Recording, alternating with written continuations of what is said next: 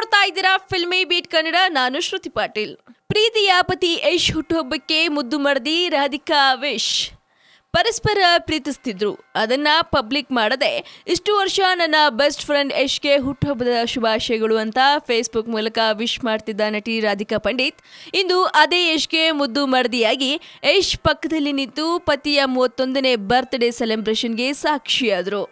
ಮದುವೆಯಾದ ನಂತರ ರಾಕಿಂಗ್ ಸ್ಟಾರ್ಗಿದು ಮೊದಲ ಹುಟ್ಟುಹಬ್ಬ. ಹೀಗಾಗಿ ಯಶ್ಗೆ ಇವತ್ತು ತುಂಬಾ ಸ್ಪೆಷಲ್ ಡೇ. ಹಾಗಂತ ಪತ್ನಿ ರಾಧಿಕಾ ಪಂಡಿತ್ ಇದ್ರೆ ಎಂಬ ಕಾರಣಕ್ಕೆ ಅಭಿಮಾನಿಗಳು ಯಶ್ ಮಾಡ್ತಿಲ್ಲ. ಪತ್ನಿ ಜೊತೆಯಲ್ಲಿ ಅಭಿಮಾನಿಗಳ ಸಮ್ಮುಖದಲ್ಲಿ ಯಶ್ ತಮ್ಮ ಹುಟ್ಟುಹಬ್ಬವನ್ನ ಆಚರಿಸಿಕೊಂಡ್ರು. ನನ್ನ ಬೆಸ್ಟ್ ಫ್ರೆಂಡ್ ನನ್ನ ಪತಿ, ನಮ್ಮ ರಾಕಿಂಗ್ ಸ್ಟಾರ್ಗೆ ಹುಟ್ಟುಹಬ್ಬದ ಶುಭಾಶಯಗಳು ಅಂತ ತಮ್ಮ ಫೇಸ್ಬುಕ್ ಪೇಜ್ನಲ್ಲಿ ರಾಧಿಕಾ ಪಂಡಿತ್ ಬರೆದುಕೊಂಡಿದ್ರು.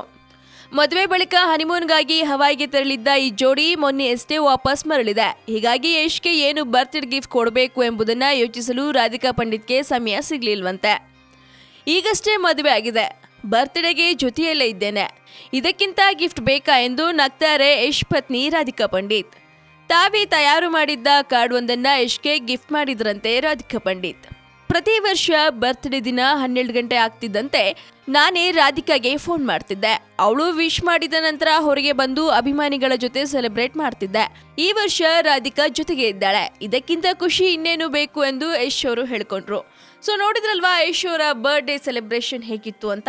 ಸೊ ಮತ್ತಷ್ಟು ಸುದ್ದಿಗಾಗಿ ಸಬ್ಸ್ಕ್ರೈಬ್ ಮಾಡಿ ಫಿಲ್ಮಿ ಬೀಟ್ ಕನ್ನಡ. ಹಾಗೆ ಈ ವಿಡಿಯೋ ನಿಮಗೆ ಇಷ್ಟವಾದಲ್ಲಿ ಲೈಕ್ ಮಾಡಿ, ಶೇರ್ ಮಾಡಿ.